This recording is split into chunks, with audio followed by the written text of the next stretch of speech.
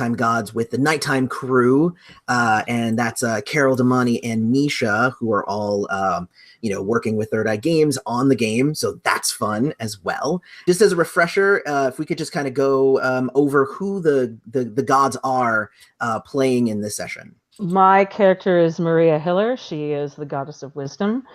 She owns an occultish but respectable antique type bookstore. She's always looking out for the next opportunity. Damani. Let's see. My character is Darius Bentley. He is the god of thieves. He's a college student that's still trying to figure things out with his life. But yeah, you are. There's a few complications here and there. Also, Misha. My character is Denise Cedar, the goddess of romance and love. She's a paramedic who's pretty much dedicated to screwing with death because she's contrary that way. It's gonna be good. For the people who are not on my Facebook feed, these are the actual characters here. Yes. So we have Denise and Darius and Maria. So very, very cool. Yeah, I like doing this sort of thing for some of my games. I know it's fun to have pictures. Oh no, I think it's cool. Just a little thing I do sometimes. I don't know if I'm going to do it for every game, but I did it for this one. I was particularly inspired. Special.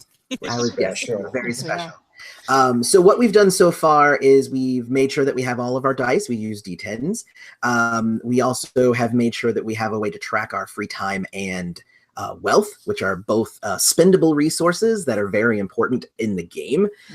And we will now go ahead and start the setup. So the very first thing that we do at the start of the session is we put a number of Pantheon dice in the Pantheon pool equal to the number of players. So you guys now have 3 Pantheon dice in the pool. And as a refresher, this is a pool of dice that anybody can pull from as long as the rest of the people at the table or in the game also agree that it's okay because it's your guys' shared pool of stuff. You guys might have abilities that say sacrifice a die to do this thing, or something like that, and you do need permission to do that unless you're a rebel and you have the hoarder ability and then you have your own little personal stash over here.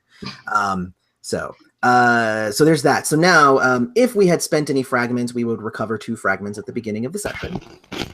And then we would recap the last session, but we're not going to do that because we didn't have a last session. I said we made characters last session.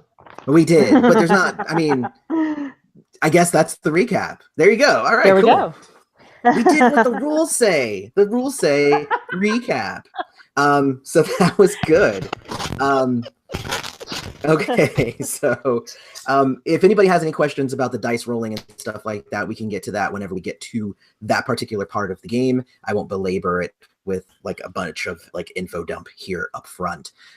But I'm just going to give you guys a quick recap of how you can utilize your attachments, because I think that part is important. Just to remind you guys of how you can do those. Okay, so individual bonds, you can ask for favors, which is like if another bond is wanting your attention, you can send them to go and deal with them, or you can ask them for lead follow-up. And lead follow-up is like, hey, there's like a warehouse downtown and I need you to go and scope it out. Like, yeah, you can tell them to go do that and they will. Group bonds, they can also do lead follow-up, but their lead follow-up is specialized to what they do. So if you have teachers as your lead follow-up, you can't ask them to go scope out the warehouse. They won't do it. But what they can do is they can also help you out with stuff. So if you were like, I need help researching this from a group of teachers, you would get bonus dice to do that research and whatnot. And then landmark bonds, you can heal faster if you spend the time resting at a landmark bond. You can also utilize it for the home turf advantage, which gives you bonuses for, finding hiding places and back roads and stuff like that. So there you go. So those are the things you can do with your bonds. Worshippers are essentially group bonds, so they can do the lead follow-up portion, or they can do the special worshipper thing that they give you. So like givers will give you money, confidants will heal you, that sort of thing. But they can also do lead follow-up if you send them. They're not as good at it, though. Vassals, does anybody have vassals here? I do. Okay. So you had vassals. They have an ability called a company, which is you can ask them to come along with you. So that's something that you can do with them. And then that's it. Okay, so there's the bonds, and but those will come into play several times throughout the game. So yes, Pantheon Dice 3. Good job putting that in there. I actually just had physically some dice here, but we can do that as well. That works just as fun. We can't see your dice, so I know. Well, I mean, it's just it's 3, but yeah, no, it's fine. It's there. So There's we a have the level of free trust time. here. Everybody's got what's that? There's a level of trust here. Yeah, I mean, I don't even trust someone because I'm gonna forget. And it's easier if I can see it. I agree. No, I agree. Yes, so we're going to be doing in the territory grid to see where you end up starting. It will be 7-1. Is there anything already at 7-1 is the question. No. There is not. So at 7-1, it's an you've actually been you're on the job and it's nighttime and you were sent out to you got the call at the station that you were supposed to go and assist with a woman that had been injured. The story that you got was that she had been held captive, so they were sending out a paramedic in order to like check her out and make sure that she was okay and all of that stuff. There's a bunch of news trucks and stuff when you arrive as well, because of course they want to know what's going on. But of course you're like, credentials, and you get like through the crowd pretty easily. So no issues there. Because you're also in an ambulance, but so you get all of that.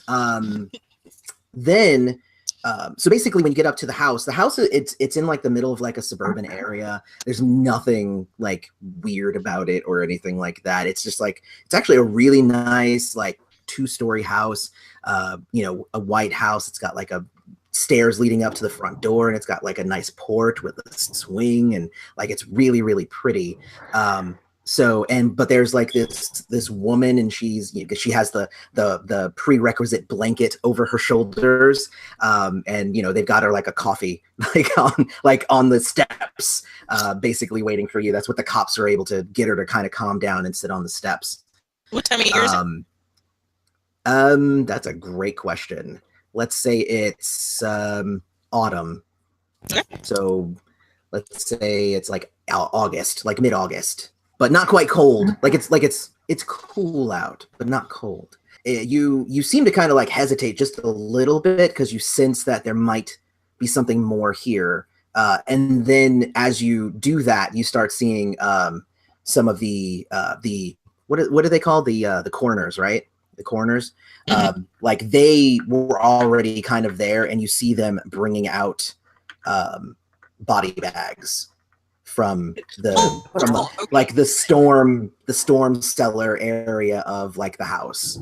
So and right now they've brought up 2 body bags. 2 is plenty. Two's enough. Two is the start of a pattern. Well enough. I go and I've got my bag of stuff, and I sit and kneel in front of her and check her pulse and try to get her see how she is mentally. And it's like, all right, what's your name? Right. She says her name is Cynthia Hulk. Do you know where you are, Cynthia? No, I don't know. There was a man, and he dragged me here, and I don't actually know where I'm at. Okay. Can you tell us where you live? She gives you she tells you her address, and it's like 3 states away. Do you remember how you got here? She says, yes, I went to sleep. And she says it was like about a month ago, she went to sleep, and then she woke up and she was in like the trunk of a car on her way here, and somebody dragged her and threw her down into the basement. She's been there for about a month. Okay. As you start like checking her, because like right now you're kind of in the we're developing a rapport here first. But as you start talking, you start kind of reaching in to kind of grab her arm and stuff, and you notice that she like is cut off from like the forearm here. Both arms or just one? Just one of them. Okay. So it's cut off there, and it's like Does it look fresh? It's cauterized. It was like cauterized. But is it like fresh scarring or? Let's make a medicine check for that. Okay.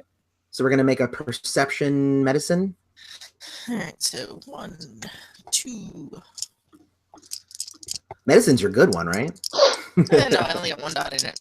I'm a paramedic, What? not a doctor. How are you a paramedic with only 1 die? Well, does this count as field medicine? Yes. Yes, this Okay. will count as field medicine. And I add them up, right? No, it's 7s. 7s and above are successes. 10s count as 2. Okay, well then I got 1, 2, 3, 4 successes. Nice. All right, so that was a boost because I only needed 1 success. So if you look, you got a Pantheon die because you got a boost. Whoa! You also will get Pantheon dice for rolling really poorly. So so there's that. So you do this wound seems like it's probably 2 weeks old, probably about 2 weeks old. And as you like remove the blanket and stuff and you actually start checking her, she's got several scars of like the patches of like skin that have been removed.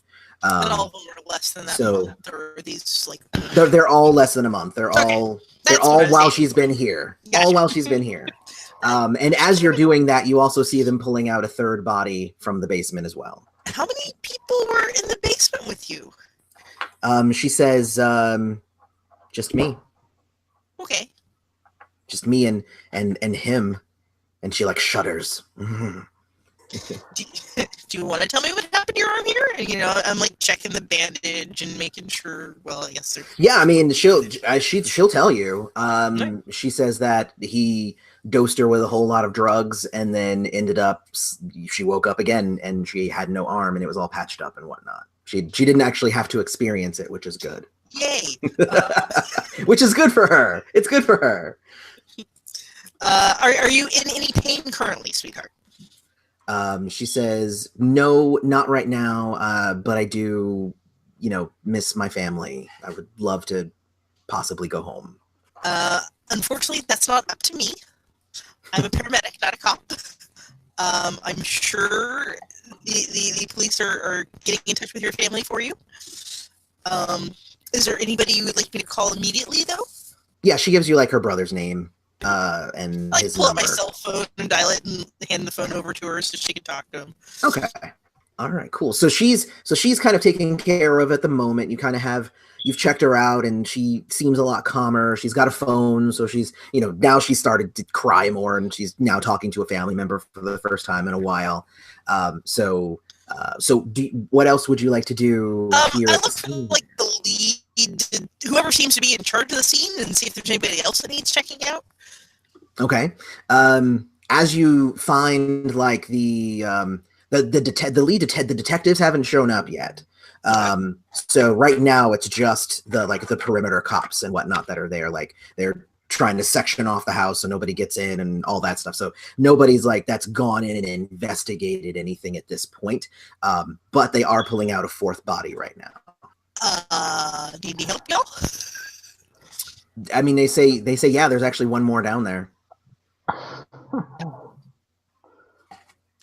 She said she was alone in the basement. None of them are alive. Sure, I'm going to give myself nightmare fuel later, and I'm going to go and look to see, I go and help the coroner lift the last one up just to see if that body's in the same sort of condition. Okay. Well, the bodies are in the body bags. Okay. So are you gonna unzip it and check it? No, or? I was thinking it hadn't been put into the bag yet, but if it's already put in the bag, then already. Yeah, no, they didn't want like a big spectacle when they brought them up to the media, so they've been putting them in. Like the person will say that, like you're like, hey, like what do these look like? They're like, you don't even want to see. Like the media would love to get a picture of what these things look like. Yeah, no, my intention was to go into the house to help the coroner. Right. So you go downstairs because it's you guys go around to the storm cellar and you guys go down to the basement because that's where the stuff went down. Yeah. And when you get down there, it's very like like you know, like the scene in Batman with the Joker, with like the guy who had like all the tools, and like it was like this like really dark, nasty, icky like lab down in a basement. It kind of looks like that. So yeah, it's really nasty. And the coroner's down there just trying to.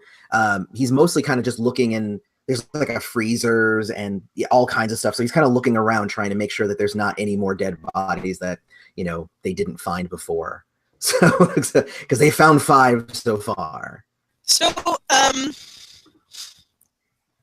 having written the Puck Eaters recently, do any of the scars that she had, or anything that I've seen look like bite marks? Nothing look like bite marks. Okay. Yeah. Okay, then yeah, I just kind of soak it all in and try to, so I can remember what I saw later. Okay. So you kind of just like, I'm gonna absorb all of this. Yeah, well, I'm helping. I try to make myself useful so I don't get kicked out. And the coroner's like, he obviously sees, oh, paramedic, cool. Yeah, can you like carry this, and can you help me with that, and can you move this thing, and that sort of thing. So that's pretty much as far as you end up getting. Yeah. So, yeah. But it still gives me, the opportunity to see more than I would have, had I stayed upstairs. Exactly. Do you want to possibly look for anything else, though? Do you want to search the area, or are you just trying to, because just taking it in, what you can see is different than actively searching the area? I'm going to look around as much as I can without disturbing any evidence. Okay. Because I don't want to screw up the cop's investigation. Yeah. But I also want to see what the hell's going on. How about this? Let's do a perception, and then let's do plus stealth. Okay. Because you're trying to look around, but without disturbing anything. So I like that. Let's do that. That is 1 success. 1 success.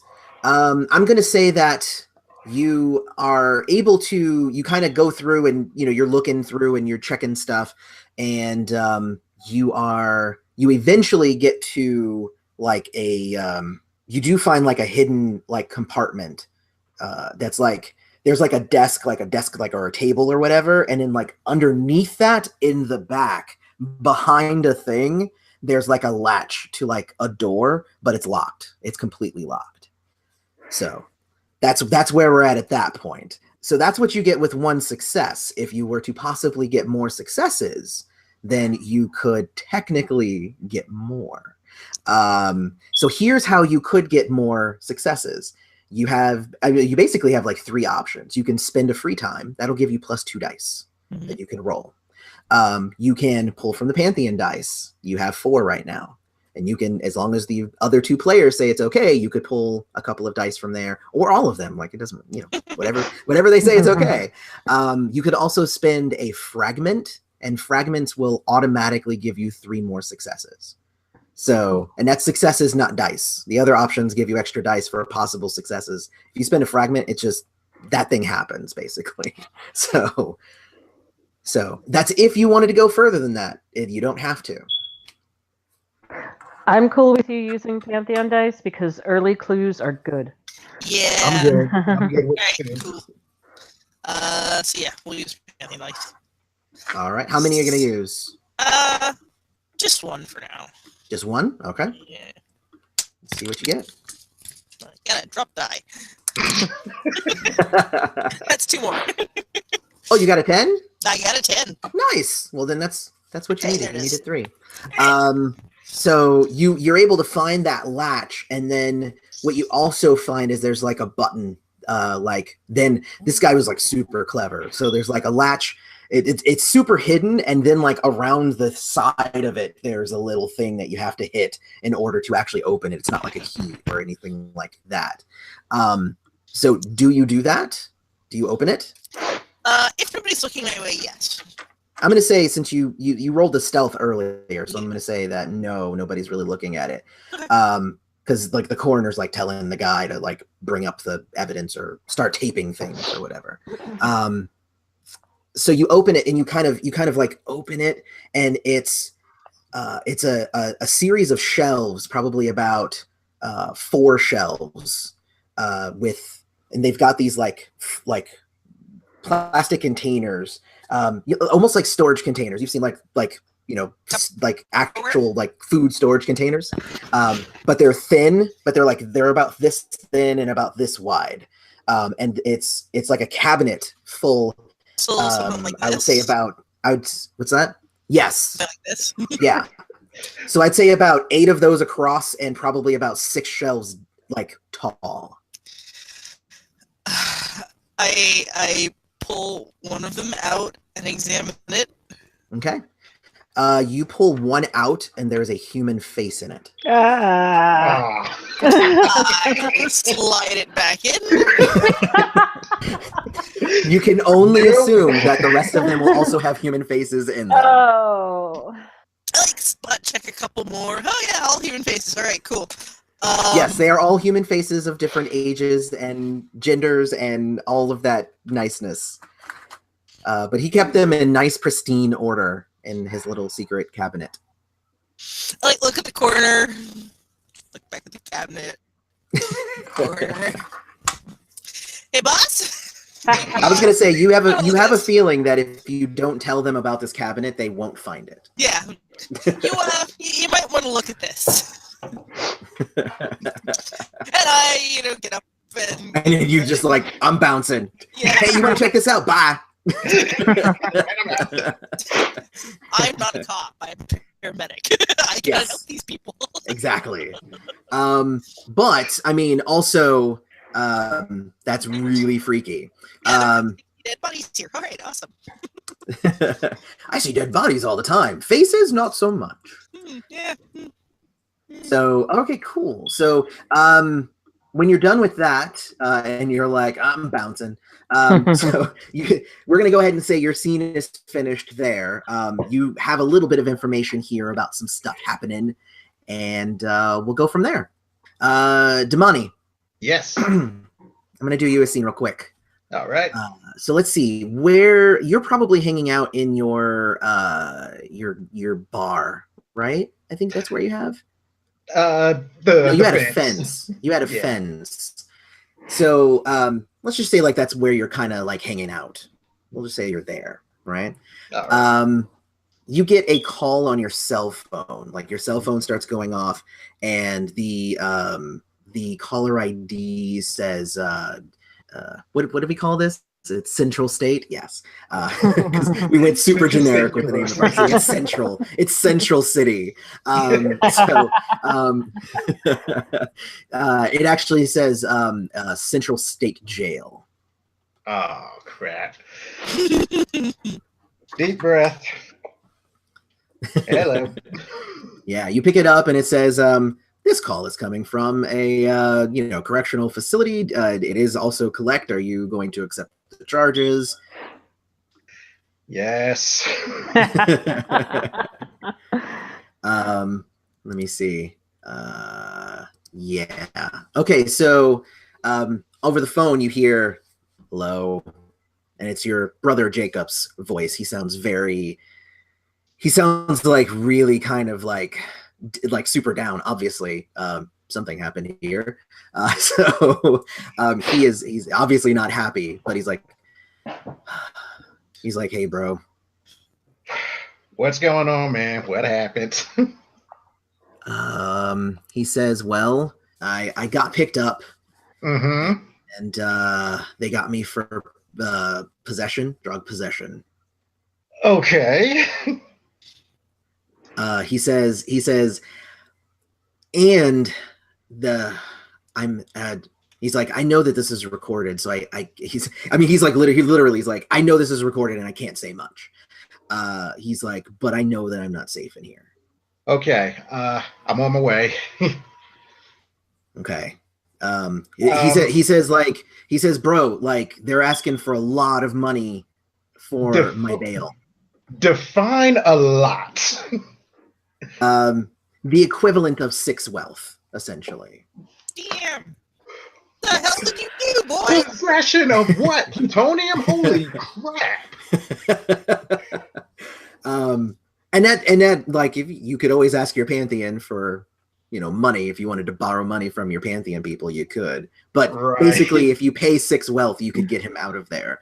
But he says, he's like, seriously, I've been hearing a lot of whispers going on, and I don't know exactly how safe I am here. Okay. Let me make some calls because, I don't have that kind of money right now, but let me see what I can do to get you out of here, bro. Okay. He says call times are, I can take a call in the morning, I think between 9 and 10. This was the only nighttime call that they let me do. But, phone hours are again in the morning. So. Okay. Are you going to be good for tonight? I mean, do I have a choice? Yeah, I guess I guess I have to be. He kind of says jokingly, but like underneath it, there's like, so it's like, yeah, but no. So there's that. So that's going on. So what kind of calls are you going to make? Okay. I'm wondering if the Zealots might be able to give me a hand with something like this. Okay. So you're going to call up your Zealots? Yeah. Okay. Oh dear. Wait, are you going to call them or are you going to make an appearance? I'm going to make an appearance. Okay, because if I recall, they're like way across town from where you're at right now. Oh crap! Yeah, they are. So hold on. Let me see. Maybe an appearance isn't. Let me see, because you're at what 10-1, so you're up there. Your Zealots are at 8-5. 8-5. That's not too bad. So one. That would be 1, 2, 3, 4, 5. It would cost you a free time to get there, but you could get there. Gotcha. Actually, no. Hold on. It would be 1, 2, 3, 4. No. You can get there in 4, so it doesn't even cost you an extra free time or anything. Okay. Yeah. I'm gonna pay. So I'm gonna pay them a visit. Okay. So you go to your Zealots and you kind of walk in. What is your? That's what it was. Your Zealots are the like the bar, like the seedy bar, and that's where they kind of hang out. Now I remember. That's why I was like, I knew there was a bar somewhere in there.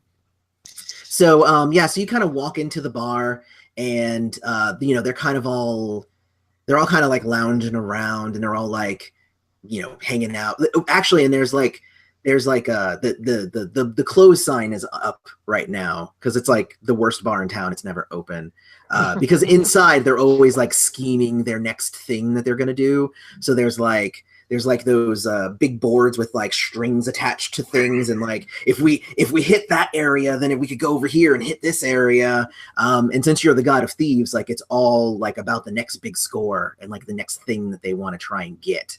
Right now they're looking at possibly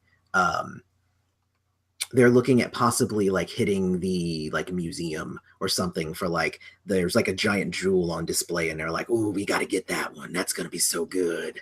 So yeah, that's kind of what they're doing right now. So I think I'm gonna kind of sneak in, take a look. It's like it's all wrong. Just mess with them.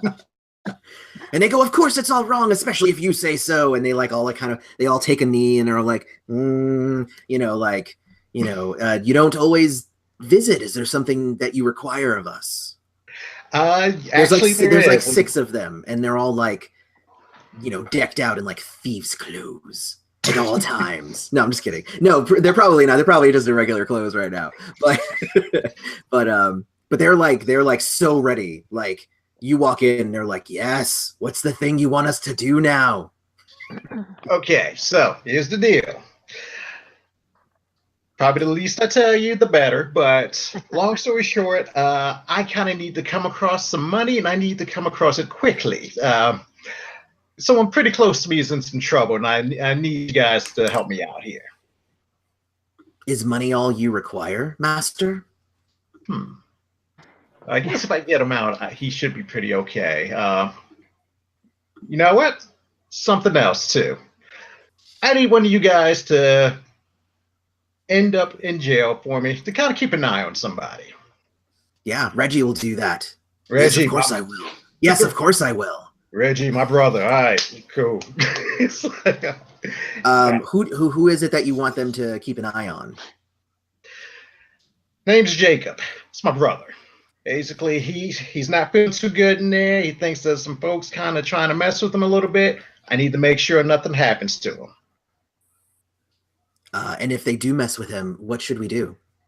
All I want you to do, make sure Jake is safe. Now, I don't need you killing nobody or nothing like that. They're not used to such a subtle request. So that's because that's not really their function. That's true. They're like, okay, we can do that. They seem unsure, but they'll definitely try. They will definitely try. Okay. So what it sounds like that what you want them to do is what you so this isn't actually this isn't a dirty work. It doesn't seem like to me. This isn't their special dirty work thing. This is just you wanting them to go out and find you some money, and then somebody needs to get arrested and watch after your brother, right? Pretty much, yeah. Okay, so that's easy. We can do that. That doesn't fall under dirty work, which is the stuff that they, unless you want them to use dirty work to get the money, that also will involve bad things happening to someone. So it's all based on what you want. Right. That's kind of the specialty. So hey, let's make it dirty. Okay, so we're gonna do. So basically, what you technically are asking them to do two things. So this is going to require two separate uses of them. Let's see. Yes. Okay. So what we're gonna do is we're gonna do a dirty work roll. So you're gonna make an influence. This is to get money. So let's say crafts. What do you have in crafts? Crafts. I have one. All right. I was going to say an influence plus crafts. I kind of want your roll to be better than that. What's your influence? Influence is 3. Okay, you got 4 dice. Yeah, go for it. See what you get. This is to get you some money. Let's see. 1, 2, 3, 4 successes. You said 4? 4. I got Nice. 7, 9, and a 10. Nice. All right. Well, that means that you will get your money next scene. So good. So that's a really good roll. They're going to act very quickly. So there we are. So let's mark that down. I'm going to mark that down on my notes over here. That next scene you get something. Well, you remember it. You're going to get something next. You remember it. Oh yeah. I don't have to do it. You do it. All right. So and now you're going to hit 1 strain on your zealots. So now, boom, they now have 1 damage. Now you're going to use them separately for something else. So now you are going to roll lead follow-up. Okay, no, yeah. Yes, here it is. Also just 1 strain. So you're going to do 1 more strain, and you will make that same roll. So actually this one is less, it's less the crafts. This one is, let's see, getting in to get and then start like watching your brother. You want them to watch your brother. Let's make it influence plus perception because you want him to watch after your brother. All right. So, oh my God. Okay. 6. 6 successes? No, well, 6 die. Oh, you have 6 dice. Okay. Yeah, 3 in each. So, hold on, because you might not have 6 dice. No, it's for the execution phase. Where they get a negative. So yeah, go ahead. So you can roll yours. 3, 4. 4 successes. 4 successes. All right. That means in 2 scenes they will be able to get in and watch your brother. Okay. Okay. Cool. So okay. So I rolled for how successful they were going to be at doing the thing that you asked them to do. Dear. What's that, Carol? I have a question. So since he's at the bar and our territory grid has this as potentially with a bonus, does the bonus do anything for that? Oh no, the bonus is for manifestation checks. Okay. Yes. I forgot what it was. I apologize. No, you're fine. And as a matter of fact, I'm going to say that the should probably, it's 1 6. So at 1-6, which is actually not far from here, that's where the jail is. The jail's at 1-6. Cool. So now we know where that is, just in case that comes into play later. And it probably will. I'm thinking it will. All right, so there's that. So you've set your people up to do some stuff. They're definitely doing that, and you did have to cause them 2 strains, so you will definitely need to do something with them to heal that strain later on. Hopefully, like you'll have to fulfill some prayers and whatnot. That's usually what you end up having to do for that. Okay, cool, awesome. Was there anything else that you wanted to do at this particular moment? Next scene, you're going to get some money, but did you want to do anything else right now? I'm gonna hang tight at the bar for a bit. Okay. I will now then move over to Carol. This is gonna be fun. No, it's regular. So, so what are you doing like on a regular evening in your bookshop, Carol? If the shop doesn't have too many customers, she will let certain customers stay after hours to browse, or if they want to discuss getting their hands on a particularly rare book, because that's more money, more opportunity. If it's particularly slow, she may have Malcolm over for a glass of wine and discuss future acquisitions. Or Malcolm is the mortal book owner, the mortal book dealer, right? Okay. Yeah. Perhaps just over a glass of wine discussing acquisitions, or just doing some inventory of rare items. Okay. So boring stuff. So boring, super interesting to her, but not an exciting evening. No, that's okay. She's completely okay with it being uneventful. She's planning. She plays the long game. Yes. Your bookstore's at 7-4, so that's where we're going to start you at 7-4. So you are all right. So we're going to start. Are we ready to start? Yes. Okay. I'm going to bring up my notes now because I'm super official. And I have notes, if I can find them.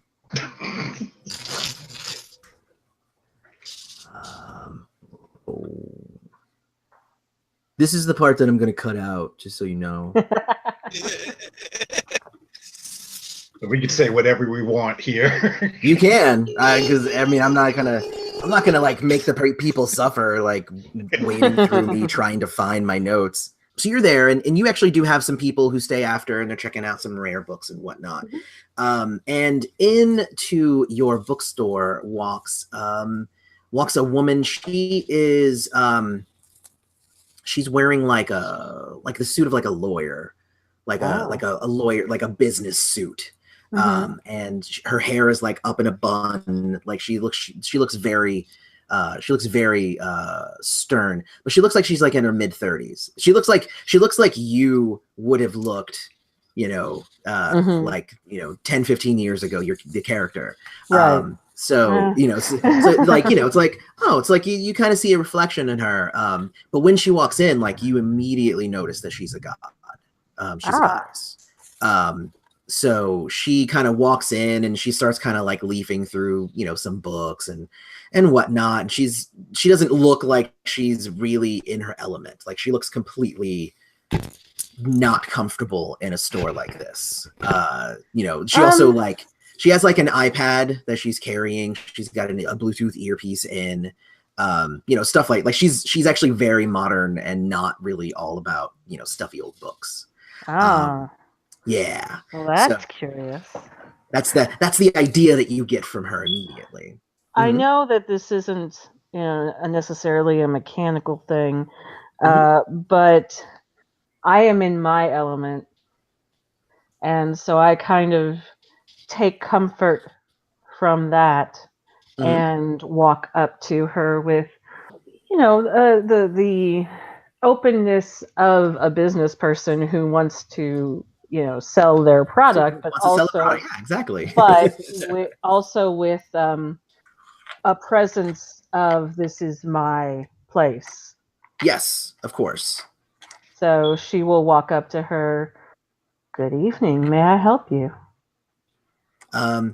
She says, yes, of course. You're exactly the woman I was here to see.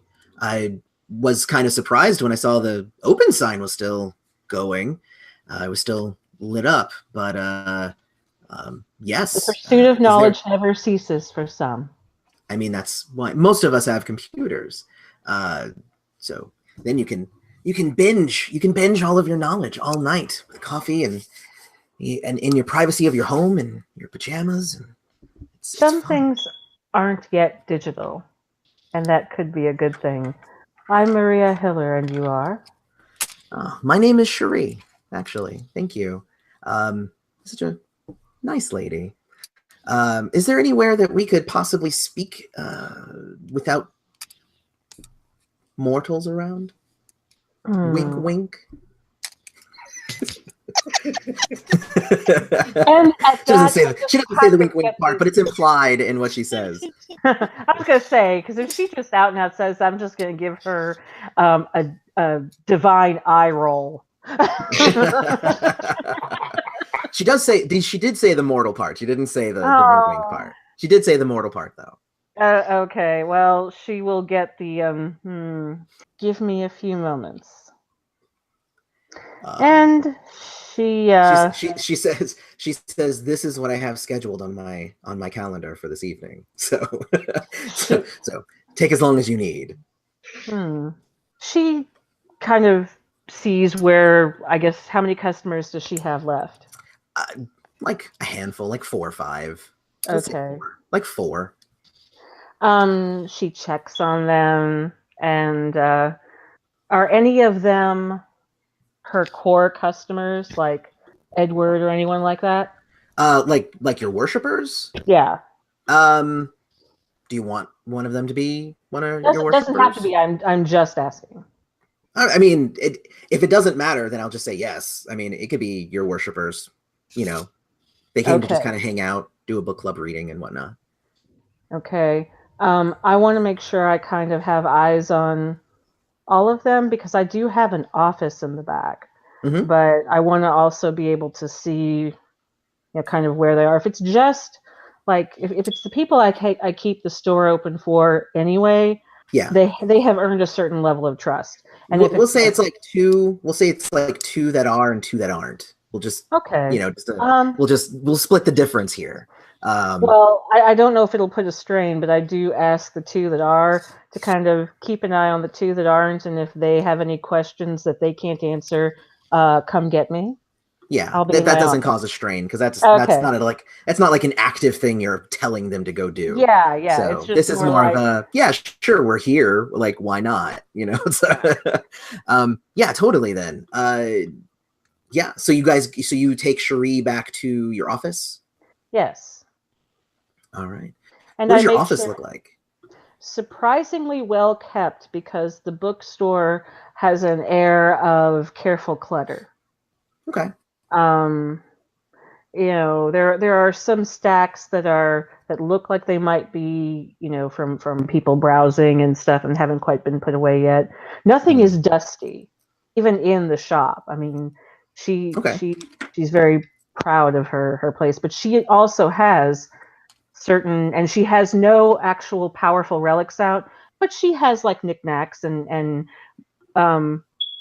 copies of, recreations of certain ancient things that are just pleasing to her, art, things like that. And of course, just kind of several books in her own personal bookshelves. But she does make sure that her body language is such that she has a presence here. Yes, of course. Not a threatening one, just one that's very, she may lean on her desk, but it's not anything submissive. Yeah, that makes sense. Make an empathy and intuition check as well. Okay. And for Cherie. Okay. Oh, that's good.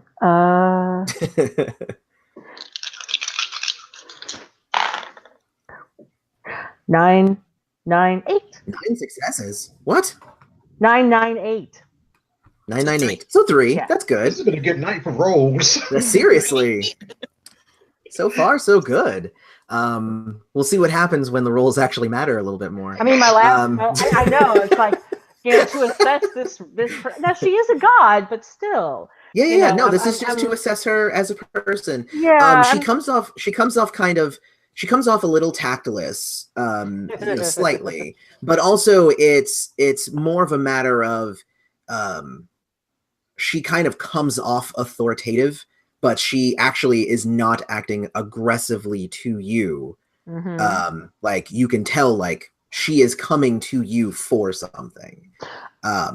So she's not here for like trying to take over your store or to try and threaten you or anything like that. Okay.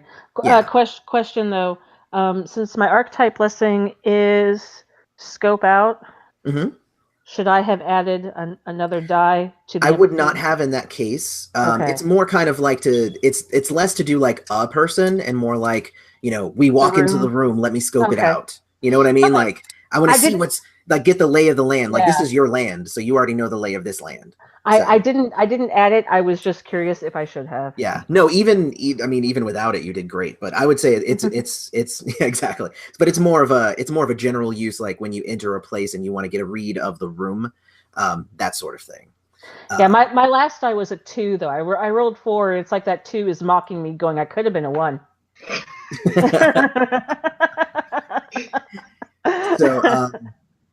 So she kind of like, when you guys get into the room, she sees that like you take a seat and you might or you might be leaning on your desk, and she's cool. Like she'll sit down, she'll get into the submissive position. You can still be standing. She's fine. Like she's good. She'll sit. She'll relax. She'll relax a little bit. She does not relax. She does not relax at all. So, but what she says, like the doors close and you turn around, you kind of look at her, and she doesn't wait for you to go like, so what is it that you want? She just goes like, look, this is what I want. She says, I have started hearing stories about you being the goddess of wisdom. Is that correct? Yes. What are you the goddess of? Technology, actually. I kind of lumped into that.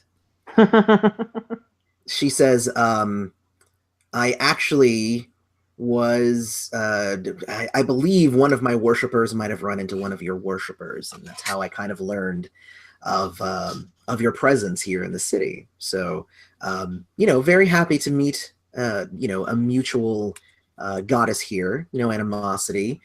No one's trying to come take your territory or anything. She says, however, there is territory that I would actually like to take. Really? Yes. And of course, you being the goddess of wisdom, you are perfect to be an ally in this fight.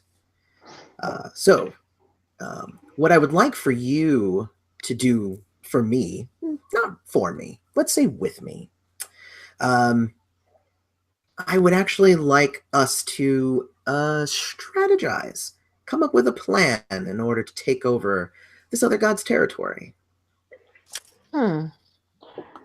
Curious.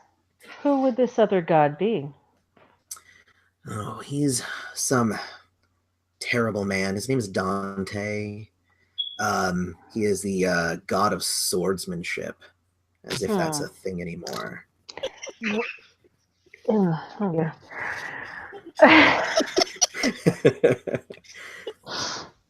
And she says basically, I'm a lawyer, and I cross paths with him because he is he's an embezzler. He embezzled a lot of money from one of my clients. So not only did I, of course, win in court, but he went on the running. He went on the run. So now he's evading the cops and whatnot. So, of course, while he is kind of in hiding, this seems ample time for me to kind of take over a few of his territorial positions. But, of course, I would never do so, what's the word? Foolhardily. I would never do so without a plan. And that's why I've come to visit the Goddess of Wisdom. It's definitely intriguing, and although I'm curious as to what territory an embezzler would have that you would be interested in acquiring. I Did he mean, have many worshippers? oh, so, more than you would believe. I can Quite believe a of lot. worshippers. Well, again, with a strange dominion like swordsmanship, I was not expecting there to be so many swordsmen in the world. So, you know, like maybe if you're in France or something like that, you know, but it just seems odd. We live in Central City. Like, why would there be so many swordsmen in Central City? The college does have a fencing club. Yeah, she laughs too. Like, she's fine. Like, she, you know, she's got a sense of humor. She doesn't laugh a lot. She doesn't laugh a lot. It's a subtle laugh, and then she stops. Yeah. But she says, you know, and basically for your assistance in this matter, you know, I would gladly share the territory with you, and I assume you're Pantheon? Yes. How does that work? It's not for me. I am definitely a solo goddess. Well, we're not looking to recruit, but it's always nice. No, it's more just the it's idea nice to have an being ally. around people is weird. I like to pick and choose my allies as the situation occurs. I wouldn't dare strap myself to anyone for a lengthy amount of time. Even you, with as amazing as your abilities are, you know, eventually we would tire of each other. Oh, well, I can't imagine. Listen, I am intrigued by your offer, and someone as petty as an embezzler and someone who would run so quickly doesn't seem like much of a threat. Swordsmen or not. If the police are looking for him, there could also be a substantial award. There might be. I can actually draw up all of the information for you. I can send it over in a packet. I can probably have it to you in the afternoon tomorrow. That would be lovely. And so, yes, let's make this a tentative. I would rather see you with his territory than him. That sounds wonderful. Well, and she stands up and she reaches out her hand and she has a very firm handshake. She gives back. She says, well, I mean, she just has one. Like, it's like, it's like some people just have it. She's not like, again, not trying to assert dominance or anything, but just very firm. And here, right. She's not like a Trump handshake. Oh, jeez. Exactly. She herself is trying to be, again, measured. And yes. I mean, she's been a bit snarky, but she can't quite help it with the with someone she sees as a rather young in her opinion, and possibly even a young as a goddess. So, well, but yeah. She says she does give you her card.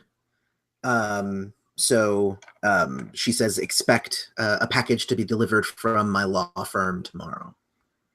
I look forward to looking it over, and I'll reach out to you once I've analyzed it. She says, wonderful. And let's see. Her law firm is at 09. Okay. Down in that corner over there. And she is, let's say it's going to be called Plimpton. Let's see. Plimpton Crate and Jazz. There you go. Okay. None of those are her names, by the way. Yeah. None of those are her. Well, she doesn't strike me as a partner. Yeah, she's not a partner. She's like a junior associate, is what her card says. 009, you said? Yeah, 09 is where that is. So like way far from the spooky house with the faces. So, Well, I'm way far from that stuff. I'm more curious as to how close it was to our territory. It's actually really close to, what is that, 210. 210. That's one of The Confidants. I think that's it's her law firm is over by Denise's confidant, Idris. Other people have the name Idris Damani. It's not that funny. I will have to remember to. I'll have to remember to tell her about that. But she seems currently not that much of a threat. Not that she wants to be, but Right. She as much as said she could be in the future if she decides that we're not worth being allies with. So. I'm, it was implied, but I'm glad you picked it up. I do not mind being nice and civil to her. I don't go looking for trouble. Trouble is the opposite of opportunity most of the time. You and your wisdom. Okay, cool. So, now everybody's had their first scene. Okay, so now we're going to go into the next scene. So now we figure out what it is that we're going to do. And everybody has to pay a free time to get into the next scene. So, Carol, from there, let's just say that, we go to the next morning. Mm-hmm. So where is it that you would like to go? And, what would you like to do next, Carol? Well, I don't have the packet yet, and I'd like to get her information before I start looking into this guy and using my own resources. Okay, so you're basically gonna hang around and wait for her package then for in the afternoon. Yeah, I'm really kind of curious to see what this guy was like, and if he's on the run, it doesn't mean he's out of the city. Right. So if there's anything in that packet that could tell me where he might be that the police couldn't figure out, I'd like to know. Okay. Misha, what is it that, again, we're just going to say we're going into the next day. So what is it that you would like to, what is your next day looking like to you? Probably trying to, okay, yeah, I'm unmuted. Probably trying to figure out, if the masks of Jana actually use literal masks, or or if I'm being overly paranoid here. Right. They don't. So I can say that one. You know that the masks of Jana they don't actually use actual faces of masks for masks. But would be a pretty good place to check that out. Probably be a bookstore full of old nasty things and stuff like that. Again, it depends on when you were gonna next go. Were you just gonna go there in the morning when you woke up, or when were you gonna go? Yeah, before my shift. Okay. Cool. So then we'll say that you go there, and that we're gonna start with you there in the morning with you and Carol. Damani, what are you thinking? Let's see. Well, if I have the money, I think I'm probably going to go ahead and try to get my brother out. But you said my other zealot would be 2 scenes before he gets in jail? Yeah. I'm going to shoot a quick text over. Abort, abort, abort. Do not get pinched. Do not get pinched. Your God commands it. I'm gonna say that it already happened. They are very good at doing what you tell them to do.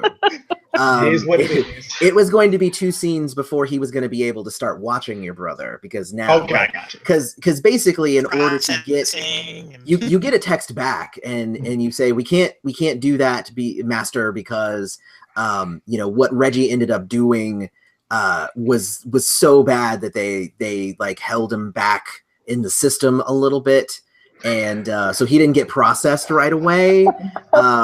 So basically, Reggie got his ass kicked. So Reggie didn't get processed right away. So he's gonna be in the system soon, but he ain't in the system yet. So yeah, that's kind of how that works sometimes. Okay. I owe Reggie one when he gets out.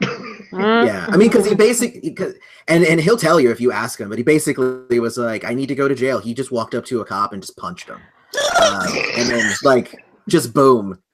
Okay, because remember who you're asking. You didn't ask like special spies or anything. You asked like your zealots who are like, my master tells me get in jail. I will.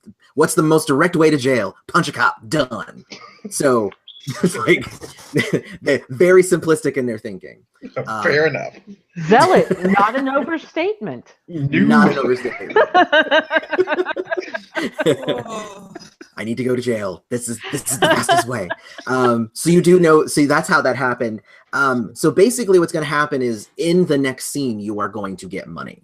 Okay. So it doesn't happen before the next scene. It's going to happen in the next scene. Gotcha. So, but like while you're waiting for the money, I mean, you could also just say like, I'm literally just waiting around for money. Like you can do that if you want. Yeah, Okay. I'm just gonna hang out at the bar and wait for the money. Okay. So then what we're gonna do is, and then when you're done with the money, you're gonna go and get your brother out, right? Yes. So you'll notice that I'm basically making you pay one free time, and that one free time is basically all your morning just sitting around waiting for the money to show up. But since you're not going to do anything during that time, we're just going to spend a free time and say that happened, and then we're going to move on to the next scene. So you have to pay the free time to get into the next scene as well. So now we're at 4, 4, and 2. So Carol is almost going to have to start doing stuff. Okay, so then we'll start with you then, Damani, since you're going to do something separately anyway. So that means you're going to be at 7-1. You didn't need to spend any extra free time to get from the bar to the jail because they're actually really close to each other. It's all over there on that side of town. Right, that side of town. That side of town over there. So you're fine. So you go in and, you know, like, it's not a prison. This is the jail. So just remember, so it's not that bad. It's not as bad as like prison security and stuff like that. Like you kind of walk into the precinct and, you know, they're like, oh, well, you know, sign here and, you know, we can let you go back and see your brother for, you know, 10 minutes or whatever. So you can figure out what's going on. He is being held on this kind of bail and whatnot. Oh, that's right. I actually rolled to see how much money you got. And that might actually hold on. So you didn't go. Rewind. Yeah. you didn't go because you only got 2. You only got 3 on the roll. So actually, you have that. Oh crap! So yeah, you don't actually have the 6 that it requires. Perhaps you need some help from your Pantheon. so you may actually, I forgot. Yeah, because you ended up getting 3. That was what I rolled. I rolled 3 successes on the execution. So. Yeah, that sucks. So you go there and you're like, hey, I have money. And they're like, that's not enough money. Or we could do something here. Let's say you see that there are other people there also ready to pay bail and whatnot. Do you want to possibly steal some of their money? That's also something you could do. Being the god of thieves, it kind of seems like I'm obligated to. So yes. Yeah. Wait till after they've paid and steal it from the cops. Ooh. Stealing it from other people who are trying to bail out their families is just a shit. No, but this is my brother. So let's see. So or this one, and that's what this. Let me see your character sheet real quick. Let's see what you got.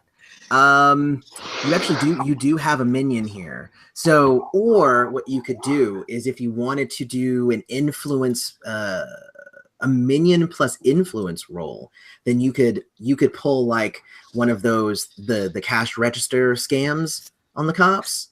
So you're like, you know, like you're like, well, okay, so I have this 5, right? So I'm gonna give you 1, and that's gonna mean that you give me the change back for this, and then so then it's all paid, right? Oh hell yeah. So you know, because that's technically thieving because you're stealing money and then you're just giving it back to them. But so if you are successful on this roll, then you can do that. It's like, and they can't arrest me because they miscounted. I'm just saying. You can't. They can't. It's all there. I mean, that guy is going to be the one in trouble. So my crime is not your incompetence. Exactly. So I'm gonna say yeah. So let's make an influence plus minion roll. All right. So let's do that. So that's what 4 dice is what it looks like. Okay. Okay, looks like I've got 3 successes. 3 successes. Okay, cool. I'm gonna say 3 successes is enough to do that, like without actually spending the successes on measures and whatnot. But I'm gonna say like basically you start kind of toying with his mind a little bit, and he starts to accept the things that you're saying in terms when you're like, well, give me that one and then we'll be able to do that. Now I've got my change and now I can pay you. Because I've actually had one of those run on me before, and they seem very logical in the moment. Yeah. So that's how it works. But I'm gonna say yeah. So we're gonna strike your 5. So you didn't have enough, but you had just enough because you're the god of thieves. Sweet. It helps to be the god of 0. And they say yeah, so we can definitely we'll release your brother. It's not going to be immediate. It's going to be in a little bit here. So so they have to process him and get all his stuff together and get him out of jail. When they walk him out though, like you can tell like he's beat up, but not like too bad, but he's definitely beat up. Yeah. Yeah, so and he like just like he doesn't even say anything. He doesn't, and like he just kind of walks past you. Like he doesn't like, he's like where's the car, and he just kind of walks. He's like just get me to the car. I just need to be out of here. Not a pleasant experience for Jacob there. So there's that. So the next question would be, where are you going next? Well, I figure maybe Jake probably needs some place just to kind of sit, chill, relax a little bit, where we could probably talk. Do I have an apartment or anything like that? I mean, you do, yeah. Okay, yeah. You didn't actually look, since you're a student, we're gonna say that it's at the school. Okay, cool. So like you have a dorm. Okay, cool. So yeah, I head to the dorm so we can talk a little bit. Okay. That's 5. Oh, that's all the way over there. Okay. So it's gonna be one more free time then for you to get there. I think it's actually technically 2, but I'm just gonna make you cost 1. So I'm gonna say you guys get to your apartment and you are able to, like he kind of just gets in and just sits down like on like, I don't know, it's like a dorm room, I guess, like a Buffy dorm room. So there's like 2 beds against the wall over there, and then there's like a desk and a refrigerator and all that stuff over there. That's how I picture college rooms, is from my experience with Buffy the Vampire Slayer. So, which is probably not anywhere near what it's actually like. So, just think smaller. Yes, exactly. So, so are you gonna try and talk to him and get information out of him? Yeah. Well, first grab a soda, some pizza, because I'm sure jail food is crap. I'm sure there's leftover pizza. It's a college dorm. There's always cold pizza. How leftover? Sorry, it's a week old, but yeah. You don't want to ask how leftover. That's yes. Always cold. There's always cold pizza and warm soda. Exactly. What happened in there? He says, I mean, pretty much what I was expecting was going to happen. These guys got up in my face. I felt like I didn't try and challenge them or anything, because I know what they say in jail is you're supposed to attack like the biggest dude, but it didn't. I mean, this guy was really big, so I decided not to do that. And, I can't fault you for that. Yeah, so because like your little brother's like 16, 17, like he's not even like an adult, so it's like there was like a big dude who like messed him up. So and he was just like, so I mean, that's what happened in there, and he's just kind of like, I'm just so stupid. Like, I thought that I was delivering a package, and, I got pinched, and, it's like, I should have gone down the alley instead. I thought, I was like big man and I could do it. I don't know, man. I'm just really messed up. Oh man. I'm gonna try to encourage him a little bit here. Okay. But it's like, okay, look, I'm not saying you shouldn't be doing things like this. But if you are, you need to be a little more subtle about this. He says, yeah, I guess I should. Okay. I'll definitely try to be. Well, you know what? You know what? You still got your whole life ahead of you and stuff. You know what? Go to school, get an education. Don't worry about all this weird delivery stuff you're doing. Which, by the way, who are you delivering for? He says, I'm not a snitch. I can't tell you. So if I tell you, then you're gonna go and you're gonna try and like talk to the guy, and that's not good. Like you don't want to. That's not good. He's like I can't tell you. I'm sorry. Okay.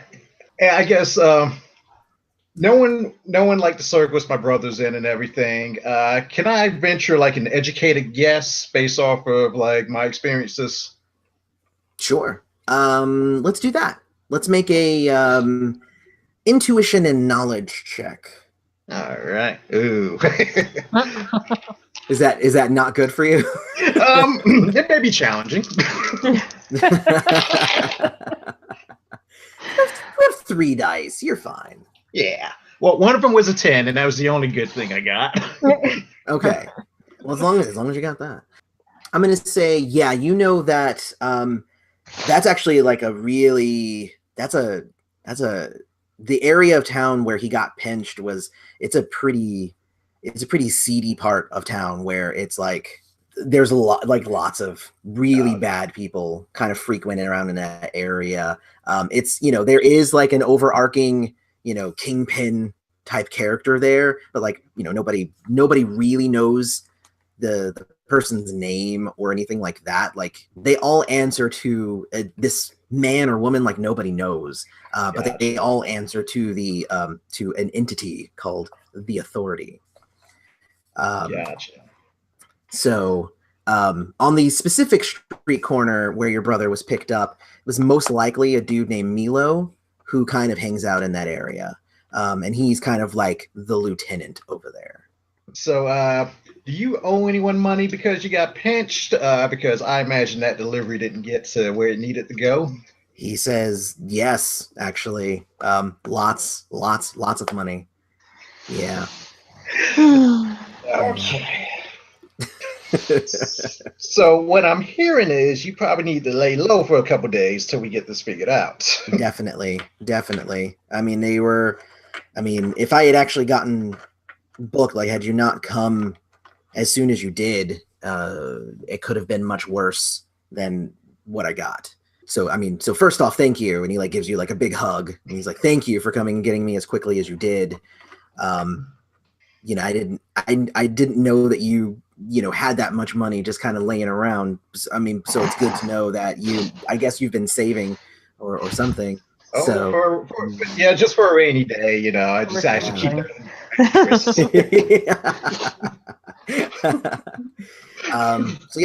So did you want to do anything else? Are you going to try and set him up like to stay somewhere? Was that why you were asking about needing to lay low? Yeah, I think I probably do need to kind of check around. I'd say you can stay at the dorm, but I'm sure the school may have some things to say about that. Yeah, he could probably stay here for a couple of days before anything actually happened. Gotcha.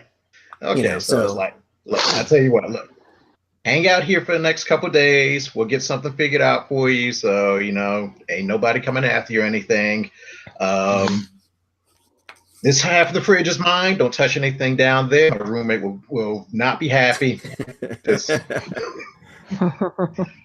freaking roommates. I swear to God, I hate them so much. Yeah, right? God. All right, cool. So I'm gonna I think that's good for you, and then we'll figure out where you go after this. So let's go to let's go to you going to the bookstore. So you wake up in the morning, you open the shop, Carol, and you're there, and then Misha ends up coming in. Denise, hi. How's it going? Oh, interesting. Would you like some coffee? I would love a cup of coffee.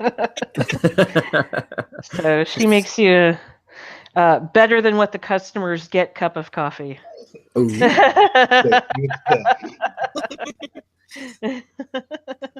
Both of you need to roll versus stimulants. No, I'm just kidding. I'm wired. It's cool. It's fine. I'm fine. Okay. I didn't put anything extra in the coffee. Right. Not that kind of coffee. She probably sits on the counter. Sipping her coffee. It's like, had the weirdest call yesterday. Really? Yeah. This guy had like a collection of faces. Something tells me you're not talking about artwork. No. If it was artwork, Oh. I wouldn't have been nearly as weirded out. Were these preserved somehow? Yeah, they were in these neat little boxes, just all lined up in a hidden cabinet. Like glass boxes or plastic, but whatever. Whichever one makes more sense for it to have been in. Someone had faces in Tupperware. Yeah, that was my first thought too. Especially considering he had like a girl in the basement and she was missing, a piece of her arm. But wow. I haven't looked at the paper today. To do that, that's just. Oh, okay. So you're asking if this is something ritualistic?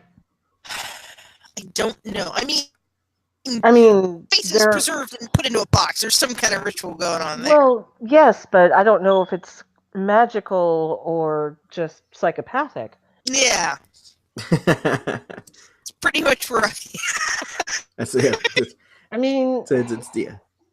There are tales of people of cultures eating part of their enemy to gain their power, but to keep their face. But the face is never usually mentioned. It's always, the heart, usually the heart or the brain. Yeah. Other organs and pieces, muscles could be eaten as well, but never the face, unless it's some kind of shape-shifting thing, perhaps, but I would have to do a little looking. You're free to look at the special area of the library, of course. The stuff in my office, essentially. Yes. So you're free to look in my office for anything, and I can always call Honoria and see what they have. What he can do too. What he could do if there's anything, but I want something a little more to go on. Oh my god! And she picks up the paper because she hasn't had a chance to look at it today. I'm assuming this is front page news. Yeah, it's definitely in the news. No mention of faces. My guess is that would be something that the cops are keeping hidden. Yeah, that's not information they're sharing. Those little details. They definitely say that they found a woman. They do definitely say in the paper that they found a woman that had been, kidnapped from her home about a month ago and all that stuff. They share her name and, all of that stuff. And there's like an interview with her and it's very like, I just want to go home. I just miss my family, junk like that. My word. And they victims? And they do. I mean, they are in the process of identifying the bodies. Did you see any of the 5 others? They mentioned in the paper that there were other victims found, like bodies found, but they didn't say like how many or anything in the paper. But they did mention that there were. I hate to ask this, Denise, but were there any fresh faces? Or did they all seem preserved and older? Well, there wasn't like blood leaking out of any of them. If that's what you're asking. Whether I it's didn't examine all of them because yeah. I was looking through 60 Tupperware containers. No, I understand. I understand. Huh. Ugh. Yeah, right? Yeah. That poor girl. Is she all right? Well, she's missing a chunk of her arm, and she was held by a crazy person for a month, so I'm gonna go no. I think it's a safe guess. So I'm not going to rule this out as unrelated, but it's highly unlikely it's related. I had a visitor last night. I don't know how new she is, but she seems annoyingly perky. But her name is Cherie. She's a goddess of technology, and she works out of a law office near one of your friends' homes, I believe. And she gives the address off the card so you can tell what area it's in. Down over there by Idris. It's a little ritzy. So she's looking for some assistance in taking over the territory of another god in our city who has recently fled because she got him on embezzlement charges. It's effective. Well, apparently he's a god of swords or swordsman. Yeah. Is that a metaphor? I don't believe so. I don't believe so. She was rather... He's the god of crossing swords.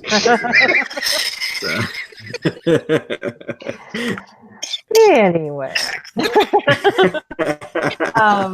I told her I would rather, see someone like her in charge of that territory, because if she does drive him out, she seems perhaps a little easier to handle. Did you say where this territory was? No, I'm supposed to be getting a packet today of